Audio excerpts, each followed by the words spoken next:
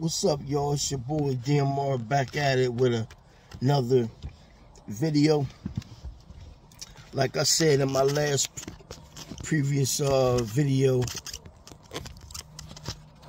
about would you want to be a gangster or a grown man, this video is titled My Opinion About Drill Culture, the drill music in Chicago, and my opinion on various things as far as the music, the culture, and the difference between my generation, which is Generation X, and the millennials. And this is my segments in my episodes called Car Talk. It's going to be called Car Talk. I'm having a new thing here going on. It's called Car Talks. So I'm going to be speaking about various issues from my car, because I do a lot of videos in my house. I'm trying to do stuff outside. But anyway, this is going to be about Chicago, because I think Chicago is a real key city. Plus, I want to give Chicago thumbs up on them relentlessly standing up for their city, fighting against illegal immigration and the stuff that's going on in Chicago. I'm not from Chicago. I'm from the east side of the United States, which is the East Coast. I'm not going to tell you my location, but I am near Philadelphia and I'm near Baltimore. So I'm going to say, y'all don't have to know everything about me. Now, I'm going to explain this real quick about rap culture and rap music. Okay, for one, I am Generation X. I'm not going to tell you when I was born. Y'all know probably how old I am. And if you think that I'm that old, I'm not as old as I look. So I might be younger. Y'all might say, oh man, you look young. Some might say I look old. Okay, because of the gray. Okay, so anyway, I'm going to explain this about rap music. Me coming up, I came up in the time of Run DMC, Eric B. and Rakim, Houdini, the Fat Boys, the Beastie Boys, Nas, Biggie, Tupac, NWA. And I used to listen to NWA when I was in my 20s. And I remember we went from Fight the Power. Y'all remember this. When Yusuf Hawkins got killed in New York back in 1989. And there have been a rash of attacks on black men from the Italian community up in Bensonhurst. You got Howard Beach, you got Sheep's Bay. And y'all don't know where it is. That is up there by the Verrazano Bridge, out that way, when you cross the bridge from New Jersey to New York. So that whole area, 278, up there by the Verrazano Bridge. Anyway, Yusuf Hawkins gets killed in New York back in '89. He was it was a few stories being said about how he died. Anyway, he got killed. At that time, Fight the Power was out. Al Sharpton was out fighting for like black people. That was when Al had to wait. You see what I'm saying? So I remember Al Sharpton when he had to wait. You know, and he was a grassroots activist and a strong advocate against blacks being killed, whether it be by the police or be by racist Italians or racist ordinary American Caucasian white people. I remember when NWA, Fight the Power came out, Public Enemy. And it changed from Public Enemy to NWA. This was around 1991, 1992. And I remember it sent shockwaves back in them times, which was the 20th century. This was a new phenomenon. Gangster rap, right? Okay.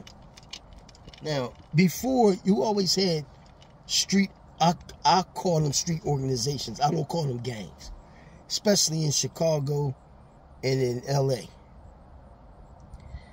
And LA and Chicago, I call them street organizations, right? I don't say gangs. And I say this. We call the Hells Angels and the Pagans and these white supremacist biker groups organizations. So let's give the black organizations the same energy. Let's not make us look, just because we who we are, we got to call ourselves something less as a gang. It's organizations.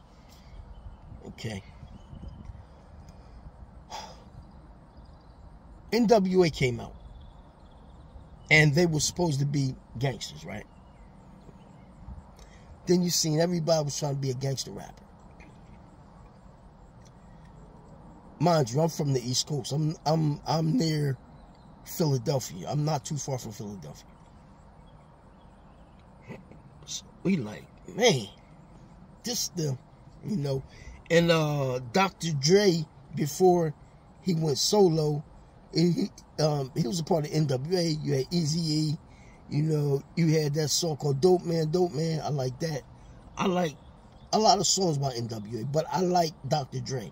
He had this album called Chronic. And he had this one called F the Police. This was when NWA and Dr. Dre and them was kind of radical. They had the image of street dudes. Pay attention. They had the image, and they was rapping about this, and they was getting paid for it. But they was always gangsters, right? I'm going to get to the chase real quick and show you something about the gangster rap back in my era when I was in my 20s compared to now. And I'm going to explain this. When Dr. Dre came out in before the NWA, everybody was a gangster rapper. You didn't hear nothing about Public Enemy no more. People didn't play conscious rap at this point. This is when it changed from consciousness to so-called street, right?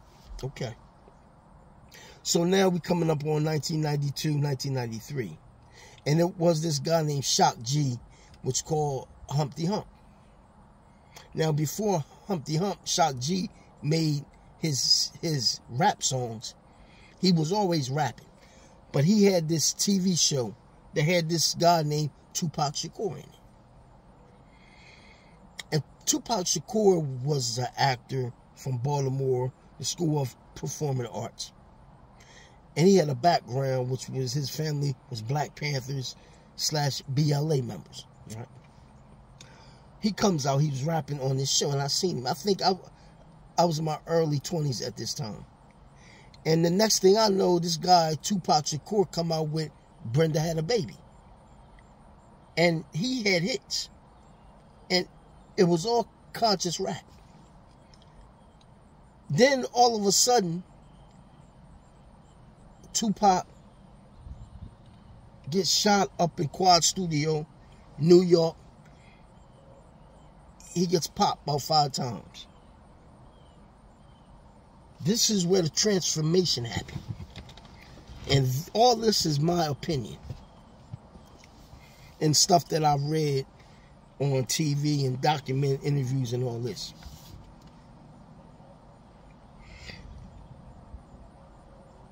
The transformation happened when he got with Suge Knight and Death Row. And all of a sudden now it's this gang thing. Now, mind you, this is the gangster era, 92 on up. Everybody's a gangster. And I'm not saying anything bad about Pac. I love Pac. Me and Pac the same age. We was basically born in the same year. Tupac got me by a few months. He's older than me by a few months. So I love Pac. So Tupac comes out with Suge Knight, Death Row, California Dreamin'. I love that song. One of the best battle records ever, songs ever to come out, was called Hit 'Em Up. I love that song because of the truth Pac was talking about. So now Pac is out, and you hear this guy. I was up in New York back in '94, and it was this guy named Biggie Smalls. He had this song, I think it's called Juicy. I forgot his first hit, his first single before his album. I remember because I was up in New York and I was riding down the Jersey Turnpike banging this song. No, I was up in Bed-Stuy. I was on, I'm gonna tell y'all exact street I was on. I was up in New York on Bed-Stuy on Putnam and Broadway. I was at my boy's house. I will never forget this. And I was hearing this song playing all over the place. Hey Tracy, how you doing? Right? And I heard this guy. I was like, oh man, I like that. I like that. Right? So you got Biggie and Pac out, two of the best artists out now, and they're growing. Now, all of a sudden, Tupac goes to Mike Tyson and Bruce Seldon's fight in '96, September '96, because I seen it on, I think it was on HBO or something like that. I forgot. I had watched the fight. So Tupac, after the fight, Tyson knocked Seldon out. Tyson's going to his dressing room. He sees Charlie Mack and Tupac. Gives Tupac a hug. Gives Charlie Mack a hug. Charlie Mack is from Philadelphia. I heard he's a very influential person in Philly. Charlie Mack. I'm going to give y'all this leading up to the drill Chicago. And I have to say this because I want y'all to see something. Something that I've been thinking about.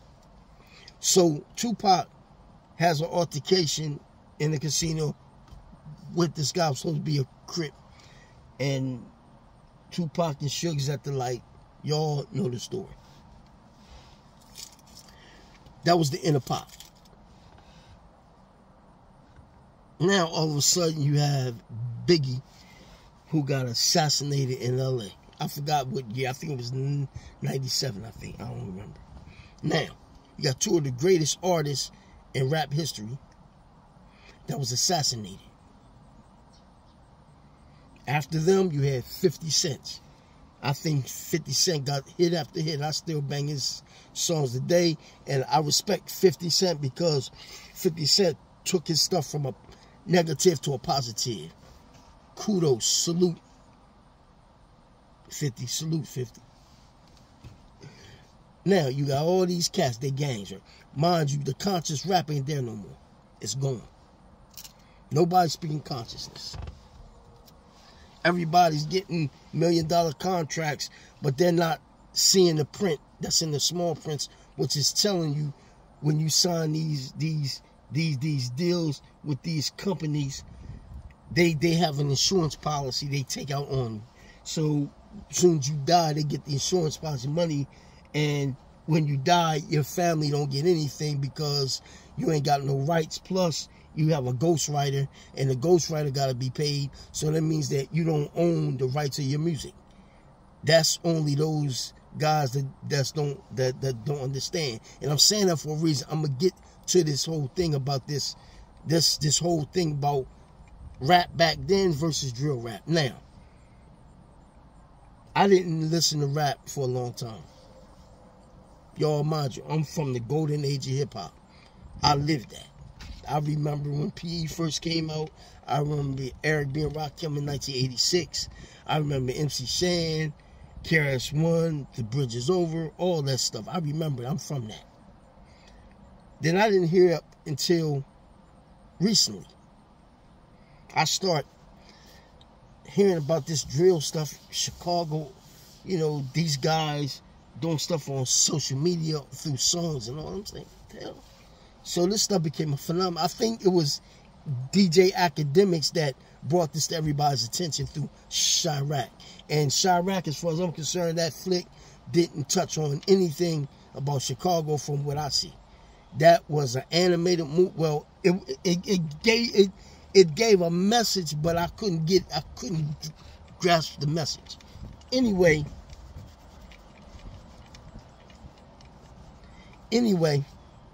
now Chicago is being talked about this drill thing. And Chief Keef was the first one to put drill on the map through my studying this thing. Now, I want to tell you all this right now. I want y'all to hear me very closely. NWA, back in my 20s, and what drill rap is now to these kids in their 20s, these drill artists will make NWA look like a church choir from what these boys is doing in the streets of Chicago and all over the country with this drill thing. Some of these states that you ain't never heard about that was southern states, they got gangsters. They got boys that got the same experiences we had up north. And they was from poor families. So they're telling their stories and they getting contracts and they got guns and they doing hits and all this. Now, mind you what I said, they'll make NWA look like a church choir. Now, I'm going to go into Chicago. And it's this one brother that I want to talk about.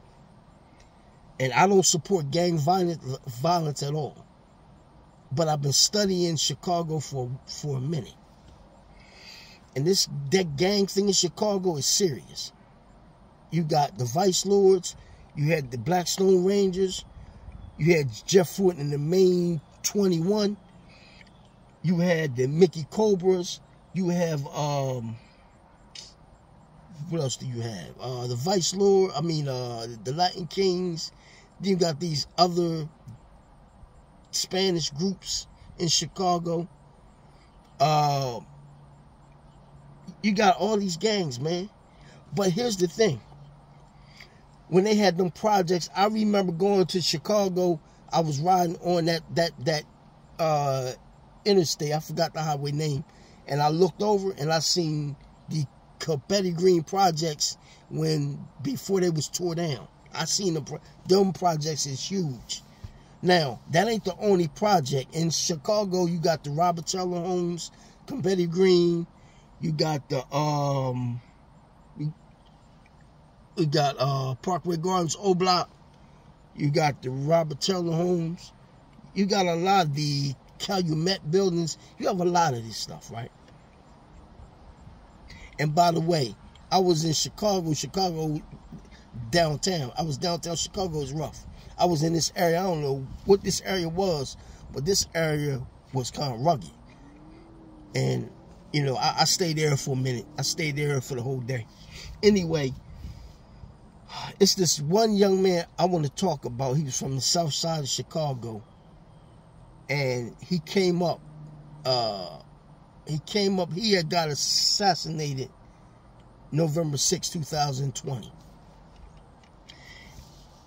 And I'm not going to speak on his gang affiliation with the like BDs, because I don't know nothing about that. But I just been doing a lot of studying on this. This individual y'all know as Davon Bennett, which is King Von. I went into his story. And they said something about he was allegedly involved in these hits on people and all this. And going back and forth with the Gangster Disciples. And we all know the Gangster Disciples was under Larry Hoover, which grew into Growth and Development. Okay. So now, here's the thing. What he was doing, and he's one of many. Y'all remember back in '94 was this guy called Yummy Sandiford. Yummy was about what, 11 years old. He was an assassin, as allegedly assassin for the BDs in this certain area. I forgot. And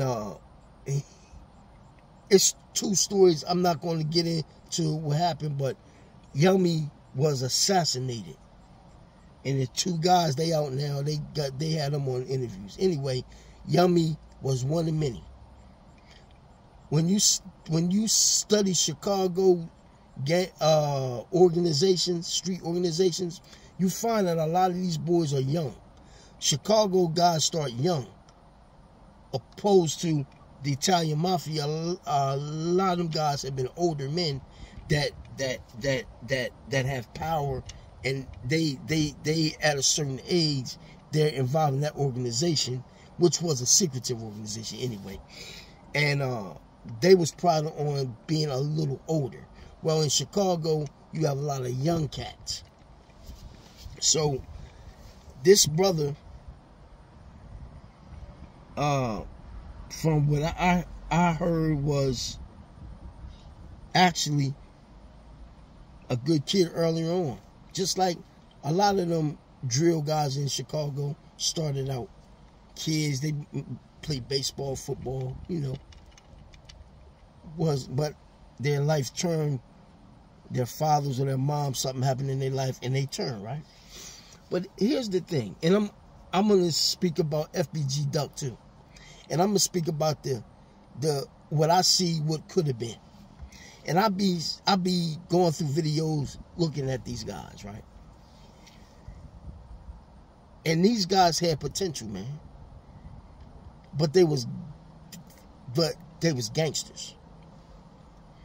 They was gangsters, and they became rappers. Back in my time, they was rappers, and they trying to be gangsters. That's what I'm trying to say, y'all. Under peep game.